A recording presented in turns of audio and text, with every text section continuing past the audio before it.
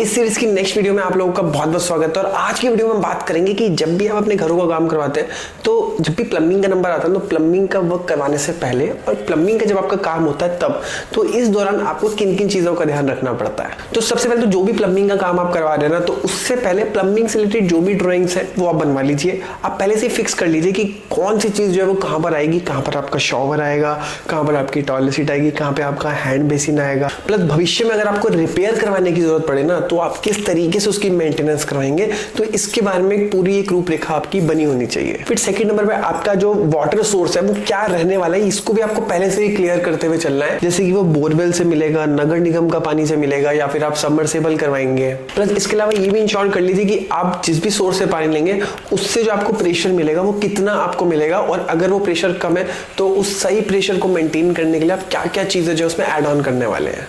Number 3, जो भी pipe का सिलेक्शन करेंगे तो आपको पता होना चाहिए कि मटेरियल आते कितने टाइप के हैं और आपको उसमें से कौन सा यूज करना है। जैसे कि आपका सीपीवीसी पाइप हो गए, यूपीवीसी हो गए, एचडीपीई हो गए, तो ये कुछ मटेरियल्स हैं जिसमें आपको सिलेक्ट करते हुए चलना है कि आपको कौन सा यूज करना है। और चौथे नंबर पे आपको वाटर प्रूफिंग करवाते हुए चलनी है जब भी आप प्लम्बिंग का काम करवाते हैं उससे पहले, स्पेशली आपके बाथरूम और किचन वाले एरिया में। और पांचवें नंबर पे आपको उसका जो स्लोप है और ड्रेनेज कहाँ से जाएगा इसको भी पहले से जो है इंश्योर करके रखना चाहिए। और छठे नंबर पे सबसे इंपॉर्टेंट चीज है, एक तरफ प्लम्बिंग का काम है और एक तरफ होता है आपका इलेक्ट्रिक का पॉइंट। तो दोनों को आपको कोऑर्डिनेट करते हुए चलना है कि दोनों एक दूसरे को ओवरलैप ना करें, जिससे कि आपको प्रॉब्लम ना हो। क्योंकि ये दोनों चीजें ऐसी हैं, एक वाटर को रिलेट करता है और एक फायर को रिलेट करता है, और आपको पता है कि दोनों एनिमी एलिमेंट है, वास्तु के पॉइंट ऑफ व्यू से भी और एक्चुअल भी। तो दोनों की वजह से आपकी प्रॉपर्टी को किसी भी तरह का हार्म ना हो, स्पेशली आपको। अब इसी में स्टेप 2 में बात करते हैं, जब आपका प्लम्बिंग का काम चल रहा होता है तब आपको किन किन चीजों का ध्यान रखना चाहिए। तो इसमें सबसे पहले पॉइंट के बारे में बात करते हैं। जब भी आप पाइप्स वगैरह का इंस्टॉलेशन करवाते हैं ना प्लम्बिंग में,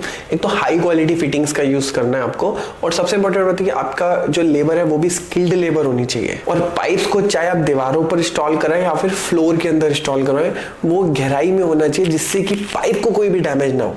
नंबर 2, आपका जब भी प्लम्बिंग का काम चल रहा हो तो साथ साथ में लीक टेस्ट को भी आप करते हुए चलिए, जिससे कि आपकी जब इंस्टॉलेशन हुई थी ना उसी समय हमने पानी का फ्लो पूरा कर दिया, तो उस केस में कहीं पर भी अगर कोई भी लीकेज होगा तो एग्जैक्टली पकड़ में आ जाएगा। नंबर 3, पाइप का जो साइज है ना वो सही होना चाहिए। अब इसको आप कैसे मेजर करेंगे और कैसे आइडेंटिफाई करेंगे, तो सबसे पहले आपको ना पानी का प्रेशर देखना है कि कितना प्रेशर जो है आपके एरिया में अवेलेबल है, तो इसके हिसाब से आपको सही डाया का पाइप जो है यूज करना चाहिए। जनरली आधा इंच और पौना इंच ही यूज होता है, और एक सिंपल सा एक लॉजिक है कि जितना डाया कम होगा प्रेशर उतना ज्यादा बढ़ जाएगा। तो ये कॉम्बिनेशन आपको बनाते हुए चलना है।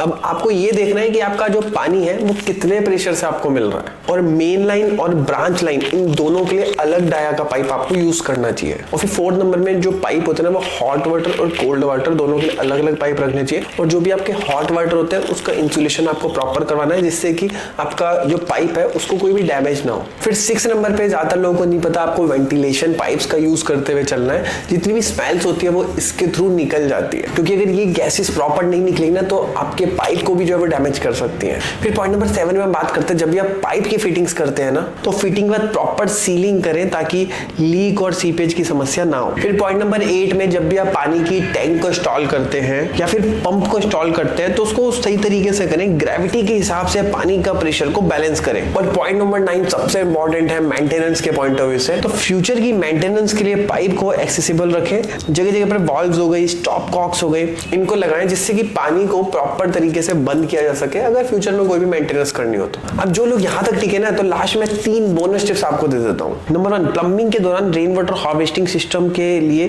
पाइपलाइन जरूर लगाएं जिससे कि पानी की बचत हो सके, और स्पेशली ऐसे एरिया जहाँ पे कि पानी की किल्लत है ना वहां पर तो इसको मैंडेटरी करना चाहिए। नंबर 2, पाइपलाइन को बिछाने से पहले ना एंटी टर्माइट ट्रीटमेंट करवा लीजिए जिससे कि दीमक से बचा जा सकता है। नंबर 3, जब भी प्लम्बिंग का वर्क हो ना तो स्पेशली अगर आपको इतना आइडिया भी ना तो भी जो है आप उनसे पूछिए, रेगुलर आप जो है वहां पर देखिए कि क्या चल रहा है और क्वेश्चनिंग कीजिए कि ये क्यों हो रहा है, वो क्यों हो रहा है। अच्छा, अगर ऐसे हो जाएगा तो तब क्या होगा, तो उस केस में क्या है कि काफी सारी चीजों का आपको भी आइडिया लग जाएगा, और आप सही प्लम्बर का सिलेक्शन करेंगे ना तो आपके लिए बहुत ज्यादा फिजिबल हो जाएगा और आपको ज्यादा पेन लेने की जरूरत नहीं है। क्योंकि वर्कमैनशिप में थोड़े से पैसे बचाने के चक्कर में ना लॉन्ग टर्म में अच्छा खासा नुकसान में कन्वर्ट हो जा सकता है। तो इस तरीके से आज की वीडियो में इतना ही। कोई भी क्वेश्चन हो तो मेरे को नीचे कमेंट बॉक्स में पूछ सकते हैं। मिलते हैं नेक्स्ट वीडियो में, तब तक के लिए जय हिंद, वंदे मातरम।